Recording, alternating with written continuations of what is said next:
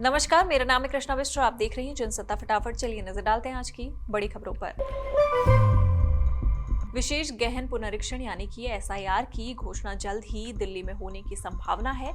दिल्ली की मुख्य निर्वाचन अधिकारी यानी कि सीईओ एलिस वाज ने सितंबर की शुरुआत में घोषणा की थी कि शहर में एसआईआर की तैयारियां शुरू हो गई हैं। चुनाव आयोग ने 24 जून को आदेश जारी करते समय पूरे देश के लिए एसआईआर आयोजित करने की अपील योजना की घोषणा की थी।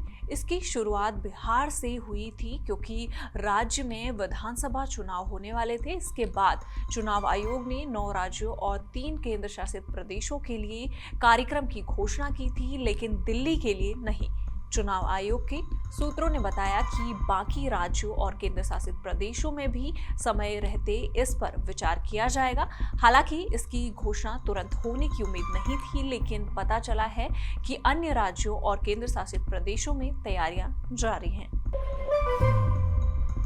वहीं मोबाइल हैंडसेट में संचार साथी ऐप प्री इंस्टॉल करने को लेकर दूरसंचार विभाग के आदेश पर कांग्रेस पार्टी की सांसद प्रियंका गांधी ने प्रतिक्रिया दी है। प्रियंका गांधी ने मंगलवार को संसद परिसर में मीडिया से बात करते हुए संचार साथी ऐप को जासूसी ऐप करार दिया। प्रियंका गांधी ने कहा कि इस तरह का आदेश नागरिकों की निजता के अधिकार का उल्लंघन है। उन्होंने कहा कि हर व्यक्ति को अपने परिवार तथा दोस्तों को बिना डर के मैसेज भेजने का, बातचीत करने का अधिकार है।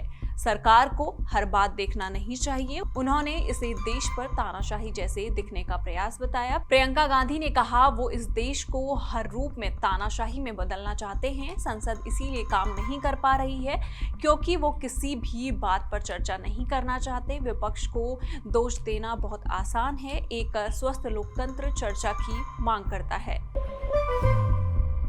वहीं राष्ट्रीय स्वयंसेवक संघ के प्रमुख मोहन भागवत ने सोमवार को कहा कि वैश्विक मंच पर भारत के बढ़ते प्रभाव ने विश्व नेताओं को प्रधानमंत्री नरेंद्र मोदी पर ज्यादा ध्यान देने के लिए मजबूर किया है। भागवत ने कहा कि संघ की 100 साल की यात्रा उपलब्धियों का जश्न मनाने के लिए नहीं, बल्कि जिम्मेदारियों को निभाने के लिए है। भारत की बढ़ी हुई अंतर्राष्ट्रीय छवि पर भागवत ने कहा कि दुनिया प्रधानमंत्री की बात सुन रही है क्योंकि भारत की ताकत वहां दिखाई दे रही है जहां उसे दिखाई देना चाहिए। उन्होंने याद किया कि एक बार उनसे कहा गया था कि संघ 30 साल देरी से पहुंचा है, जिस पर उन्होंने जवाब दिया था कि संगठन हमेशा सक्रिय रहा है, लेकिन उसकी बात सुनी नहीं गई। उन्होंने कहा कि लोग दबाव से नहीं बल्कि संवाद और सामूहिक कार्य की ताकत से आकर्षित होते हैं। वहीं वीआईटी भोपाल यूनिवर्सिटी प्रशासन ने परिसर में पीलिया के प्रकोप को छिपाने की कोशिश की। ये बात हिंसा की जांच के लिए गठित एक आधिकारिक पैनल की रिपोर्ट में कही गई है। लगभग 4000 छात्रों ने यूनिवर्सिटी परिसर में उत्पात मचाया था। इस जांच में ये भी पाया गया कि प्रशासन ने परिसर को एक किले जैसी संरचना में बदल दिया था। वहां पर खाने और पानी की सुविधा भी बहुत ज्यादा खराब थी।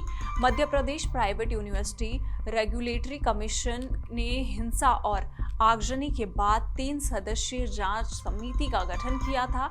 हिंसा तब भड़की जब परिसर में कई छात्रों को पीलिया हो गया और 3 की मौत की अफवाह फैल गई। यूनिवर्सिटी ने बाद में साफ किया था कि 2 मौतें हुई थी, लेकिन दोनों ही पीलिया से संबंधित नहीं थी।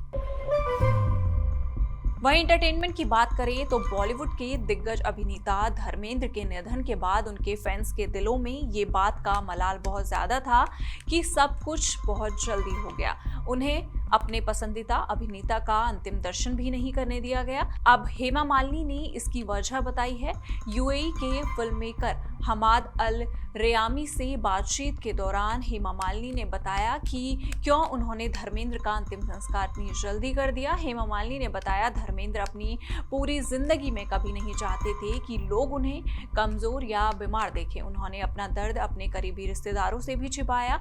किसी इंसान के गुजर जाने के बाद फैसला परिवार का होता है। फिल्म मेकर ने आगे लिखा, वो रुकी, एक आंसू पोंछा और साफ साफ कहा, जो कुछ हुआ रहम था।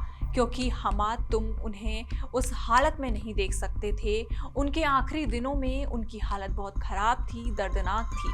हम लोग ही उन्हें इस हाल में देखना मुश्किल से बर्दाश्त कर सकते थे। इन सारी खबरों पर आपका क्या कहना है, आप हमें कमेंट सेक्शन में ज़रूर बताइएगा। और इसी तरह की देश दुनिया की खबरों के साथ जुड़े रहने के लिए देखते रहिए हमारे साथ जनसत्ता।